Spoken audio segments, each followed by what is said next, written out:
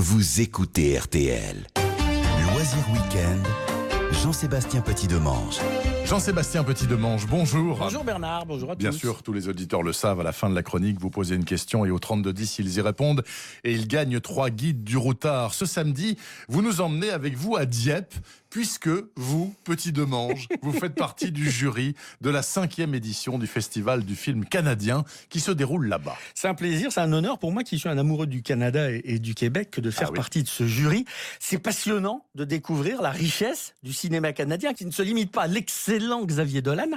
Et ce soir, nous allons annoncer le palmarès de cette 5e édition avant de voir Mobile Home de Vladimir de Fontenay, un film qui a été présenté à la quinzaine des réalisateurs cette année à Cannes et que vous avez déjà peut-être vu en format court, vous Bernard, au Festival du court-métrage de Clermont-Ferrand. Je ne crois pas l'avoir vu parce qu'il y a des centaines de courts-métrages et celui-là je ne l'ai pas vu. Et en fait, c'est le long-métrage tiré du court-métrage. Donc Dieppe, ça veut dire que vous êtes sur la plage la plus proche de Paris. Eh ouais, je profite un peu de la mer, du littoral. C'est vrai que Dieppe est à 190 km de la capitale, c'est l'escapade iodée la plus proche. On a l'habitude de penser Touquet ou Deauville, mais c'est bien Dieppe. Alors, bon, vous allez me dire, Paris n'est pas la France, et la cité a une histoire qui se suffit à elle-même. C'est une cité dont l'histoire est totalement liée à la mer. C'est un euphémisme que de le dire. Possession française et anglaise de Guillaume le Conquérant jusqu'à 1443, date à laquelle Dieppe devient française de manière définitive. C'est François Ier qui en fait un port de première importance. La pêche au hareng va assurer la fortune de la ville pendant des siècles.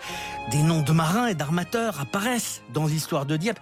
L'un des plus célèbres est sans doute Jehan Angot, qui fut corsaire pour le roi de France. C'est lui en outre qui paya la rançon pour la libération du roi qui était fait prisonnier à Pavie. Et c'est Angot, oui, en partie. Et c'est Angot qui arma le navire des frères Verrazzano qui découvrirent, eux, la baie de New York. Ou le pont Verrazzano. Exactement. Une histoire qui vous est racontée à l'Estran, la cité de la mer. La pêche, la construction navale, la biologie marine, c'est passionnant en tout point.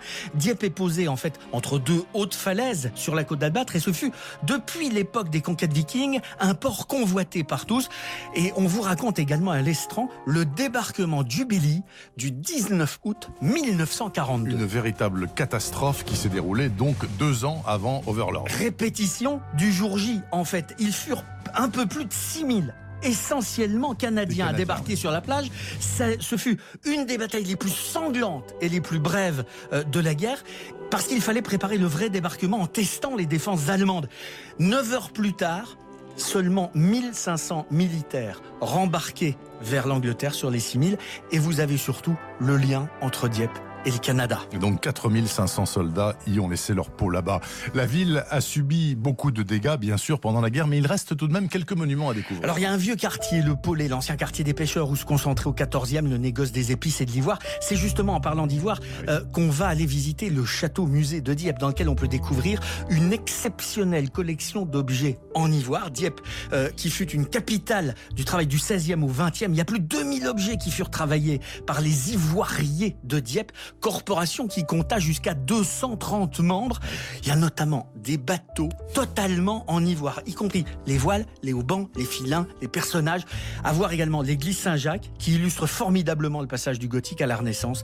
Ensemble majestueux, flamboyant et plutôt inédit. Et après tous ces délices culturels, dirons-nous, avez-vous une belle adresse? Alors il y a le bistrot des Barrières, qui est une jolie maison tenue par un chef qui a fait ses classes chez quelques grands cuisiniers avant de venir offrir aux Dieuppois une cuisine du marché, goûteuse, généreuse.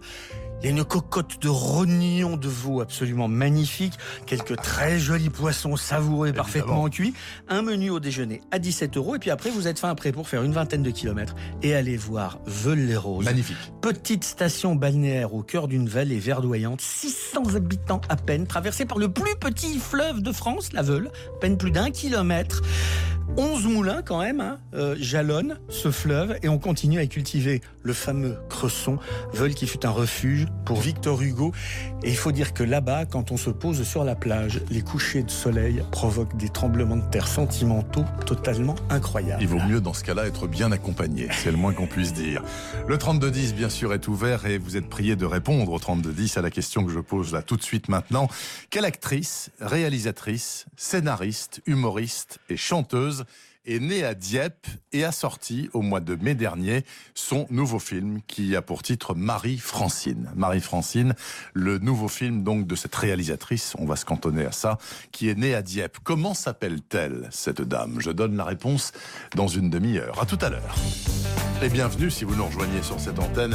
Dans un instant, Christine Béroux en roue libre sur RTL le samedi et le dimanche matin. L'actualité à la sauce de Mademoiselle Béroux.